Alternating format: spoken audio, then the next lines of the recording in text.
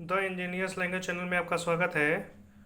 आज के इस वीडियो में हम आपको इस समपरिमाण दृश्य का प्रथम कोणीय प्रक्षेप या फर्स्ट एंगल प्रोजेक्शन में ड्राइंग खींचना सिखाएंगे। तो आइए सबसे पहले ये देख लेते हैं कि इसके फ्रंट व्यू या एलिवेशन में कौन कौन सी सतहें दिखाई देंगी। तो जैसा कि आप देख पा रहे होंगे कि फ्रंट व्यू या एलिवेशन लेफ्ट साइड से लिया जा रहा है। तो आपको फ्रंट व्यू में ये वाली सतह, फिर ये जो इंक्लाइन पोर्शन है, जो कटा हुआ पोर्शन दिखाई दे रहा है, ये वाला ये दिखाई देगा, और पीछे का ये वाला पोर्शन आपको फ्रंट व्यू में दिखाई देगा। साइड व्यू की बात करें तो साइड व्यू आपका इधर से लिया जाएगा। तो साइड व्यू में ये जो सरफेस है सामने वो वाली दिखाई देगी, और उसके ठीक बाद में ये पीछे की सतह और ये जो कटा हुआ पोर्शन है इंक्लाइंड वो दिखाई देगा। तो इसका प्रोजेक्शन कुछ इसके सीन में यहाँ पे ऐसा मिलेगा, त्रिभुज टाइप का। और टॉप व्यू की बात करें तो टॉप व्यू में ये एल शेप, तो उसके ठीक साथ लगी दूसरी एल शेप, और ये जो कटा हुआ इंक्लाइंड पोर्शन है जो कि आगे कॉर्नर में आके मिल गया है, तो उसकी वजह से यहाँ पर इस टाइप से सीधी रेखाएं आएंगी और ये तिरछा मिलता हुआ रेखा दिखाई देगा, क्योंकि विकर्ण के रूप में आके मिलेगा। तो ऐसे ही कुछ सतहें अलग अलग दिखाई देंगी हर एक व्यूज़ में। यहाँ मैं आपको बता दूँ, किसी भी ऑर्थोग्राफिक प्रोजेक्शन को खींचने से पहले सर्वप्रथम हमें कुछ इस प्रकार से संदर्भ रेखा एक्स वाई, उसके किसी बिंदु से एक लंबवत रेखा 90 डिग्री पे ऊर्ध्वाधर दिशा में खींच लेनी चाहिए, और इस मध्य बिंदु से चारों दिशाओं में 10-10 एम की दूरी पर समांतर रेखाएं खींच लेनी चाहिए। ये जो पहले से आप रेखाएं मोटी लाइन में खींचे हुए हैं उसके समांतर में खींची जाएंगी। चूँकि हमें इस आइसोमेट्रिक व्यू या समपरिमाण दृश्य का फर्स्ट एंगल प्रोजेक्शन बनाना है, तो सबसे पहले हमें इन चारों हिस्सों में फ्रंट व्यू, टॉप व्यू और साइड व्यू के पोजीशंस को ज्ञात करना होगा, और कौन सा एक हिस्सा खाली रह जाएगा इसमें उसे पता करना होगा। जैसा कि आपको पता ही होगा, किसी भी ऑब्जेक्ट का एलिवेशन या फ्रंट व्यू वर्टिकल प्लेन पर प्राप्त होता है, तथा एलिवेशन या फ्रंट व्यू के ठीक बगल में साइड व्यू तथा उसके ठीक ऊपर या नीचे टॉप व्यू को बनाते हैं। अर्थात ये हुआ कि अगर फ्रंट व्यू की स्थिति हमें इन चारों हिस्सों में पता चल जाए तो उसके ठीक बगल में हम साइड व्यू को बनाएंगे, और फिर टॉप व्यू या प्लान भी बनाने में आसानी हो जाएगी। तो आइए सबसे पहले हम प्रथम कोणीय प्रक्षेप में वर्टिकल प्लेन और हॉरिजॉन्टल प्लेन की स्थिति जान लें। तो फर्स्ट एंगल प्रोजेक्शन में इस एक्स वाई रेखा के ठीक ऊपर वर्टिकल प्लेन स्थित होता है, तथा इस संदर्भ रेखा के ठीक नीचे हॉरिजॉन्टल प्लेन स्थित होता है, और इसी वर्टिकल प्लेन पर हम फ्रंट व्यू या एलिवेशन बनाते हैं किसी ऑब्जेक्ट का, और इस हॉरिजॉन्टल प्लेन पे टॉप व्यू या प्लान बनाया जाता है। इससे स्पष्ट है कि इस ऑब्जेक्ट का फ्रंट व्यू इस एक्स वाई रेखा के ऊपर ही बनेगा, और इसका टॉप व्यू जो कि ऊपर से देखा जाता है को हम इस एक्स वाई रेखा के नीचे ही बनाएंगे। लेकिन डायरेक्शन भी ध्यान देना पड़ेगा कि इधर बनाएंगे या इधर। तो जैसा कि आप जानते होंगे कि प्रथम कोणीय प्रक्षेप में वस्तु का प्रक्षेप जो होता है वस्तु की देखी गई दिशा के विपरीत दिशा में प्राप्त होता है। तो इधर हम बाईं ओर से देख रहे हैं, तो इसलिए इसके फ्रंट व्यू को हम दाईं ओर बनाएंगे, इसकी विपरीत दिशा में, क्योंकि प्रक्षेप इसका विपरीत दिशा में प्राप्त होगा। तो बाईं ओर से देख रहे हैं इसलिए इसके फ्रंट व्यू को हम दाईं ओर इस हिस्से में बनाएंगे। जब फ्रंट व्यू यहाँ बन जाएगा, फ्रंट व्यू या एलिवेशन, तो इसके साइड व्यू को हम यहाँ पर और टॉप व्यू को यहाँ नीचे बनाएंगे। फ्रंट व्यू, साइड व्यू तथा टॉप व्यू की स्थिति ज्ञात हो जाने के बाद हम इस बचे वाले हिस्से में इसके मध्य बिंदु से होती हुई एक 45 डिग्री पे गुजरती हुई रेखा को बनाएंगे। तो आइए खींच लेते हैं इस रेखा को। तो यहाँ सबसे पहले हम सेट स्क्वायर को सेट कर लेंगे कुछ इस प्रकार से। फिर इस 45 डिग्री वाले हिस्से को यहाँ इसके बेस से लगा लेंगे ताकि ये एंगल 45 डिग्री का बन जाए। स्लाइड करेंगे मध्य बिंदु तक, फिर ये रेखा ड्रॉ कर ली जाएगी कुछ इस प्रकार से।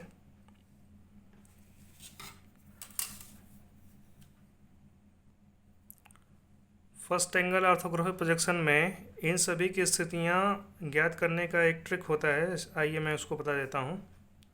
तो ध्यान दीजिएगा कि फर्स्ट एंगल प्रोजेक्शन में फ्रंट व्यू को इसी फर्स्ट क्वाड्रेंट वाले हिस्से में ही बनाएंगे जबकि वस्तु को बाईं ओर से देखा जाए।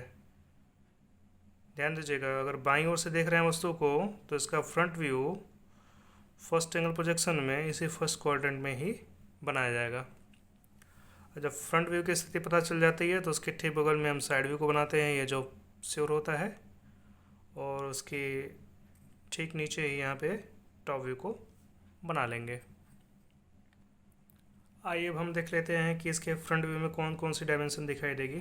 तो जैसा कि आप देख पा रहे हैं कि इसमें ये डायमेंशन और ये डायमेंशन दिखाई देगी। तो इन दोनों डायमेंशन को हम इस रेखा से 10 mm दूर और इस रेखा से 10 mm दूर प्राप्त इस बिंदु से मेजर करेंगे। यहाँ से 40 मिलीमीटर इस डायमेंशन को दिखाने के लिए और यहाँ से 40 मिलीमीटर इस डायमेंशन को दिखाने के लिए मार्क कर लिया जाएगा। फिर एक बॉक्स को कंप्लीट कर लेंगे। इससे ये होता है कि जो कुछ भी इसमें ड्राइंग हमें या प्रोजेक्शन प्राप्त होगा इसी बॉक्स के अंतर्गत हम बनाएंगे। साइड व्यू की बात करें तो साइड व्यू में ये 50 मिलीमीटर और ये इसकी जो हाइट है पूरी 40 मिलीमीटर की वो प्रदर्शित होगी। तो हाइट तो हम इस कॉर्नर से यहाँ मेज़र कर लेंगे और इस 50 मिलीमीटर को हम इधर शो करेंगे। टॉप व्यू की बात करें तो टॉप व्यू में हमें इसके ये पूरी ये वाली डायमेंशन जो कि 50 मिलीमीटर की है और ये वाली डायमेंशन दिखाई देगी जो कि 40 मिलीमीटर की है। तो इसे हम 40 मिलीमीटर को इधर और उसका प्रोजेक्शन जो आएगा इधर साइड में वो 50 मिलीमीटर का आएगा। तो इन तीनों बॉक्स को आइए मेज़र करके कंप्लीट कर लें। मैंने यहाँ पे सभी डायमेंशन को मार्क कर लिया है अलग अलग बिंदुओं को। तो आइए बॉक्स बना लें। याद रखिएगा पूरी ड्राइंग के दौरान जो आप प्रोजेक्शन बनाएंगे इधर की क्षैतिज रेखाओं खींचने के लिए हम सेट स्क्वायर को सदैव यहाँ पे रखेंगे इस प्रकार से, और दूसरे सेट स्क्वायर को इस प्रकार से सेट करके रेखाएं क्षैतिज खींच ली जाएंगी। तो आइए हम खींच लेते हैं। यहाँ से हमें इसकी ऊंचाई के बराबर समांतर रेखा खींचनी थी यहाँ पर, तो इसे कुछ इस प्रकार से खींच लिया जाएगा। फिर टॉप व्यू में जो डायमेंशन आती है तो उसकी मैंने यहाँ पे मार्क कर ली है स्थिति। इसे हम कुछ प्रकार से खींचेंगे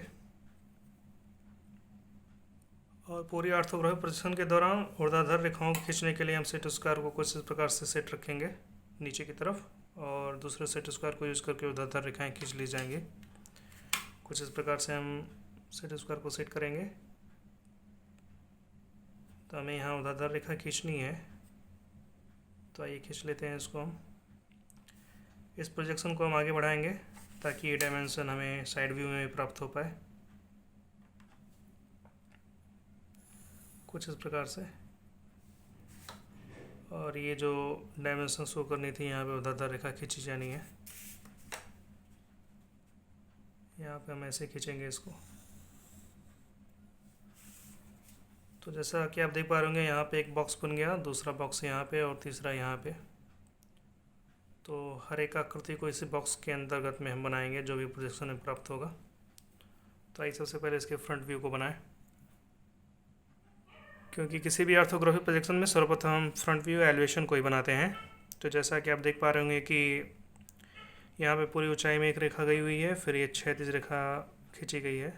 तो इस कॉर्नर से बिल्कुल ऊर्ध्वाधर हम यहाँ पे रेखा खींच लेंगे और कुछ ऐसा रेखा खींच लेंगे। फिर बिल्कुल टॉप से ये 10 mm दूरी जानी है बिल्कुल बेस के पैरेलल में।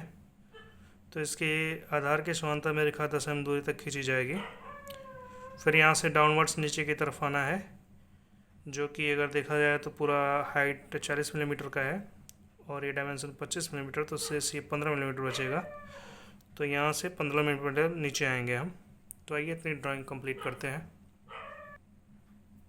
जैसा कि आप देख पा रहे होंगे कि मैंने फ्रंट व्यू में ये बेस वाली लाइन यहाँ पर और ऊर्ध्वाधर लाइन ये यहाँ पे और ये 10 मिलीमीटर की रेखा यहाँ पे खींच ली है।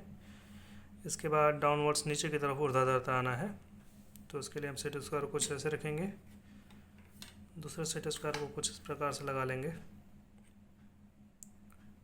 सेट करने के बाद यहाँ पे रेखा ऊर्ध्वाधर नीचे की तरफ ड्रॉप कर ली जाएगी। आइए इसको ड्रॉप कर लें हम। तो हमें ये डाउनवर्ड्स 15 मिलीमीटर आना है। तो जैसा कि आप देख पा रहे होंगे कि यहाँ पे दिखाई दे रहा है, तो 15 मिलीमीटर लगभग यहाँ पे आएगा।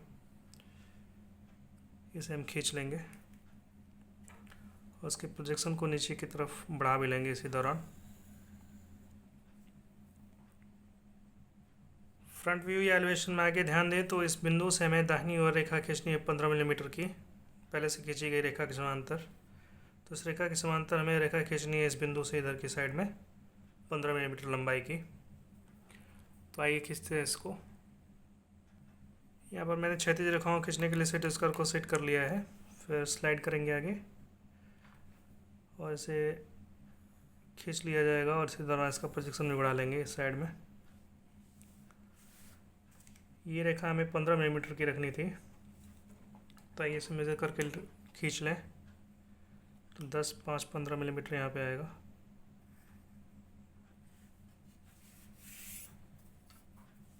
हम यहाँ तक आ गए हैं। यहाँ से फिर ये कॉर्नर में मिला दिया गया है, इसे हम कॉर्नर में मिला देंगे। फिर ये वाला इंक्लाइन पोर्शन जो होगा इसका प्रोजेक्शन कुछ इसके सीध में यहाँ पे प्राप्त होगा त्रिभुज टाइप में। तो इस एज को बिल्कुल आखिर तक, ये जो इसकी पूरी चौड़ाई यहाँ तक है, इसलिए इसको रेखा को हम आगे तक बढ़ाएंगे। इसको हम आगे तक बढ़ा लेंगे यहाँ पे। फिर ये बिल्कुल सीधी रेखा के रूप में इसका प्रोजेक्शन मिलेगा हमें। तो इसको डाउनवर्ड्स नीचे की तरफ खींच लेंगे। तो सबसे पहले ये इसको रेंडमली हम मिला लें, क्योंकि इस बिंदु से एक कॉर्नर मिलाया गया है। तो हम इसे कुछ इस प्रकार से मिला लेंगे। फिर इसके प्रोजेक्शन की वजह से यहाँ पे सीधी रेखा प्राप्त होगी, तो इसको भी हम कंप्लीट कर लेंगे आगे साइड में।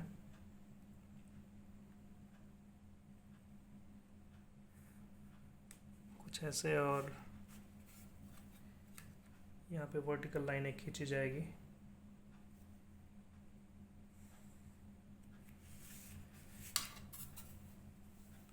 ध्यान दें तो ये पीछे की जो सतह है इसकी ठीक बाद में ये बननी है। तो ये एक आयत के रूप में मिलेगा जो कि 15 बाई, ये पूरी 40 मिलीमीटर थी, 10 मिलीमीटर घटाएंगे तो ये 30 मिलीमीटर की डायमेंशन आएगी। तो ये यहाँ तक 30 मिलीमीटर है और ये 15 मिलीमीटर की हाइट थी। तो इसको भी कंप्लीट कर लिया जाएगा। फ्रंट व्यू ड्राइंग हो जाने के बाद इसके प्रोजेक्शन को हम नीचे ड्रॉप कर लेंगे, जो कि टॉप व्यू में काम आएगा। तो सेट स्क्वायर मैंने सेट कर लिया है। फिर यहाँ से इसके प्रोजेक्शन को हम नीचे ड्रॉप कर लेंगे डाउनवर्ड्स, कुछ ऐसे। फ्रंट व्यू बन जाने के बाद टॉप व्यू को बनाया जाता है। तो अगर आप खुद को यहाँ पे खड़ा हुआ माने तो ये पहले ये शेप दिखाई देगी, फिर ये दिखाई देगी टॉप व्यू में। फिर इसके तुरंत बाद मुझे ये शेप दिखाई देगी। तो ये जो सरफेस अब दिखाई दे रहे हैं इस सतह की वजह से है, ये जो आपको दिखाई दे रहा है इसकी वजह से। तो यहाँ पे कुछ ऐसी रेखा, फिर दाहिनी ओर की और जाती हुई रेखा ये दिखाई देगी यहाँ पे इधर का, और ये ऐसा। उसकी ठीक बगल में ये एल शेप बनेगा, यहाँ पे ऐसे बनाया जाएगा, जो कि इस सरफेस की वजह से होगा। ये वाला सरफेस ये दिखाई दे रहा है ना, तो यहाँ पे ये खींचा जाएगा, फिर ये कुछ एल शेप का बनाया जाएगा। तो आइए इसको बनाते हैं। इसकी मोटाई भी 10 मिलीमीटर की है, तो यहाँ पे हम मेज़र कर लेंगे 10 मिलीमीटर को। टॉप व्यू या प्लान में मैंने ये रेखा और ये रेखा, ये तीनों रेखाओं को मैंने खींच लिया है। यहाँ पे ये बिल्कुल सीधा और इधर दाहिने ओर की यहाँ तक मैं रेखाओं को खींच लिया है मैंने। फिर इस रेखा के पैरेलल ये रेखा जाती हुई दिखाई दे रही है यहाँ से 10 एम दूर पे। तो यहाँ से 10 एम दूर पे मैंने मार्क कर लिया है और रेखा इधर की डायरेक्शन में खींची जाएगी। तो आइए इसे खींच लेते हैं और ये बिल्कुल आखिरी सिरे से 10 mm दूर तक ही खींची जाएगी, जो कि मैंने यहाँ पे इसका रेफरेंस ले लिया है। तो ये रेखा बस इतनी खींची जाएगी और उसके प्रोजेक्शन को हम आगे बढ़ा लेंगे हल्के हाथों में इस इंक्लाइन लाइन तक बस। आइए ड्राइंग को आगे बढ़ाते हैं। तो फ्रंट व्यू में इस वाली स्थिति की वजह से, ये वाली की वजह से यहाँ पे एक एल शेप और बनेगा उल्टा। तो यहाँ से 15 मिलीमीटर इसके ठीक बगल में ये रेखा खींचनी है, यहाँ से यहाँ तक 15 मिलीमीटर खींचा जाएगा। फिर पहले से जो रेखा खींची गई उसके समांतर में 15 मिलीमीटर रेखा और खींचनी है, जो कि इस डायरेक्शन में खींचा जाएगा। तो आइए इसे खींच लें। यहाँ से फिर रेखा समांतर दाहिनी ओर गई हुई है इस रेखा के समांतर में, तो यहाँ से दाहिनी ओर रेखा को बढ़ा लेंगे, फिर ये बिल्कुल आखिरी तक मिला ली जाएगी। तो आइए इन रेखाओं को भी खींच लेते हैं। सेट स्क्वायर को सेट करने के बाद हम इसको आगे इस तरीके से बढ़ा लेंगे और इसी दौरान इसका प्रोजेक्शन लाइन भी आगे बढ़ा लेंगे हल्के हाथों में, ताकि इसका साइड व्यू में यूज कर सकें। चूँकि ये थोड़ी तिरछी कटी हुई रेखा है, आके कॉर्नर में आके मिल जा रही है इस कॉर्नर में, तो भले ही यहाँ पे इंक्लाइन दिखाई दे रही है, लेकिन जब इसका टॉप व्यू लेंगे तो ये बिल्कुल सीधी रेखा यहाँ पे आती हुई दिखाई देगी और इधर से ये आएगी, यहाँ पे आगे मिलेगी और ये तिरछा इस रूप में यहाँ पे मिलती हुई दिखाई देगी। तो आइए इसको प्रोजेक्शन को बना लेते हैं कंप्लीट। तो इस रेखा को मैंने यहाँ पे कंप्लीट कर लिया आगे तक, और इधर की रेखा को कंप्लीट करेंगे हम यहाँ पे इस कॉर्नर तक, जो कि सरफेस का कॉर्नर है।